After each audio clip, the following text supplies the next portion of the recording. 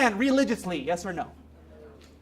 So his thought impulse led to his feeling, and his feelings now are leading to his actions.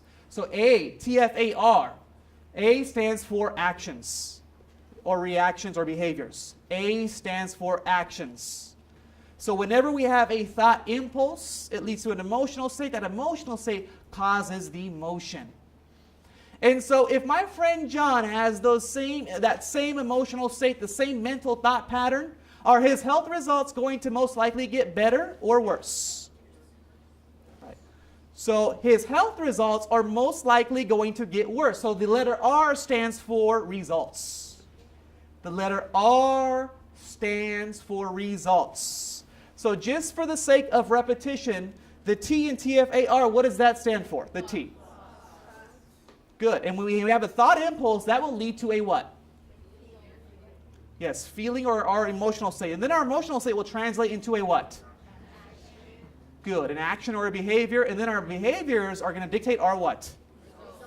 Good. Excellent. Yeah, the more we repeat that, we ingrain that in our subconscious, we'll be able to apply it. So that is excellent. And so negativity, and do you know stress? Who in here deals with stress? That's part of being a human. We're always going to deal with stress. That's quite normal. I go through stress. Everyone goes through stress. But our job should be, how do we manage stress? Have any of you heard of the mind-body connection? Yeah.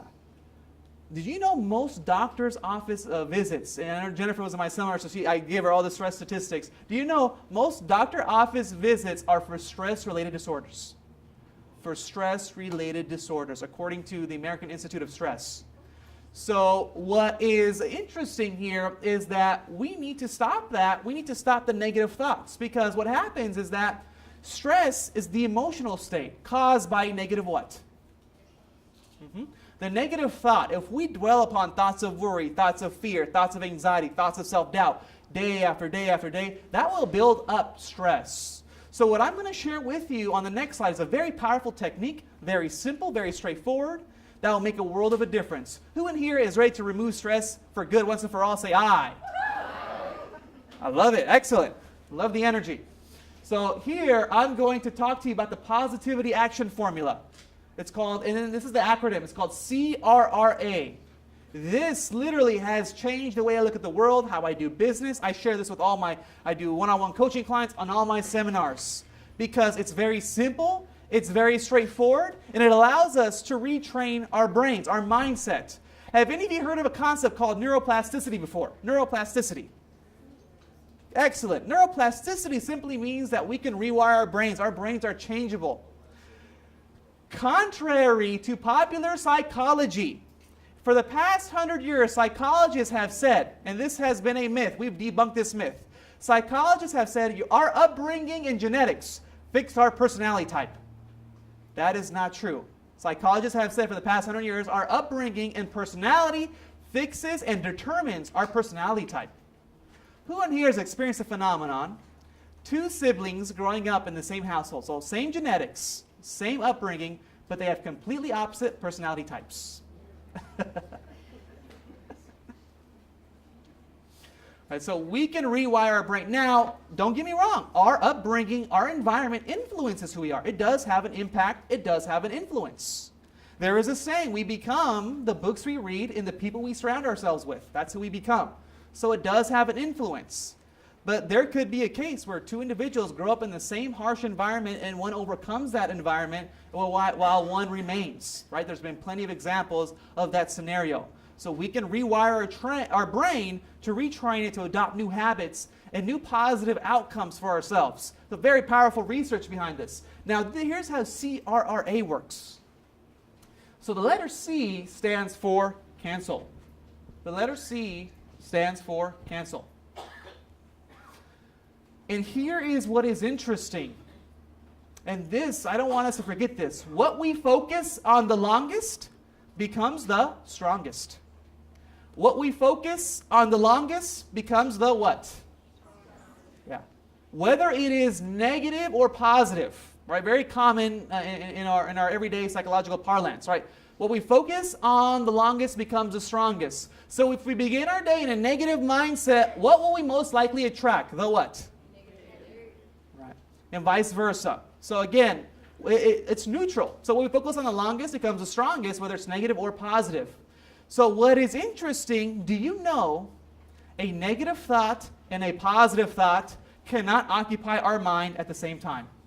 A negative thought and a positive thought cannot occupy our mind at the same time. Do you know we cannot be happy and sad at the same time? We are in either one emotional state or we are in the other emotional state, right? So we can transfer into different emotional states.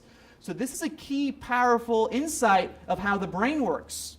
Because what we want to do is we want to interrupt the thought pattern. And the principle I'm going to share with you is so powerful. It's been backed by cognitive behavioral therapists to show how to rewire the brain patterns to have positive, optimistic outlook in life. So the letter C stands for cancel. So anytime we're faced with negativity, we have stress, we have pressure, and I do this on a regular basis. It's very practical. And a lot of my other students have said, this is awesome. Is that let's say I'm driving in my car, I have the negative thought, I'm a loser, I suck, whatever it is. I'm immediately going to tell myself and state the word cancel, cancel, cancel, cancel. Because the goal of saying cancel is to interrupt and eliminate the thought pattern. Now, I'm going to let you in on the disclaimer. If we say cancel one time, it is not going to work. So when we have the negative thought pattern that comes in, whatever it is, dealing with a customer, or it's a self-internal negative thought loop, right? Because that's what's playing in our mind. That's the record player. What record are we playing in our mind? Is it negative or is it positive? Right? So yeah, if I'm playing a negative thought loop in my mind, I want to cancel that out. So I would state the word. If I'm in a negative space, like I said, we're all human beings, we go through ups and downs. So if I'm in a negative headspace, I'm going to state the word cancel. And sometimes I have to do this for about 30 seconds to a minute before I even notice a difference. So I have to continuously repeat the word cancel, cancel, cancel, cancel, cancel, cancel, cancel, cancel, cancel, cancel, cancel. A lot of this is empirical, so make sure, before we make assumptions, let's test this out, and you'll start to see a difference. So what's going to happen is that when we state the word cancel, and I've seen other people use different things. I've seen people use rubber bands. And when they're in a negative headspace, they're walking down the hallway in the office, then they'll flick the rubber band. So that's giving them a signal. I remember last week in one of my trainings, I was out in, where was I at? I was out in the Alaska area, in Fairbanks, Alaska, and there was a gal in the front. She says, you know what? I have a thing that I use. I said, what? It's called an electric shocker on my Fitbit.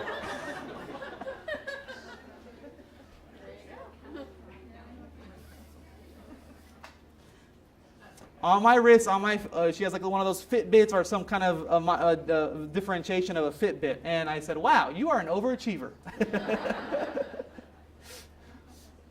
So find something. One element is cancel. That's what I like to use. And what's good is the word cancel, stop, or delete, those are neutral words. Because if I have a negative mindset, I don't want to add negativity to that. Oh my gosh. Oh shoot, I have a negative mindset. Oh, that's so stupid. I need to get out of this. I need to get out of this. That's adding more negativity.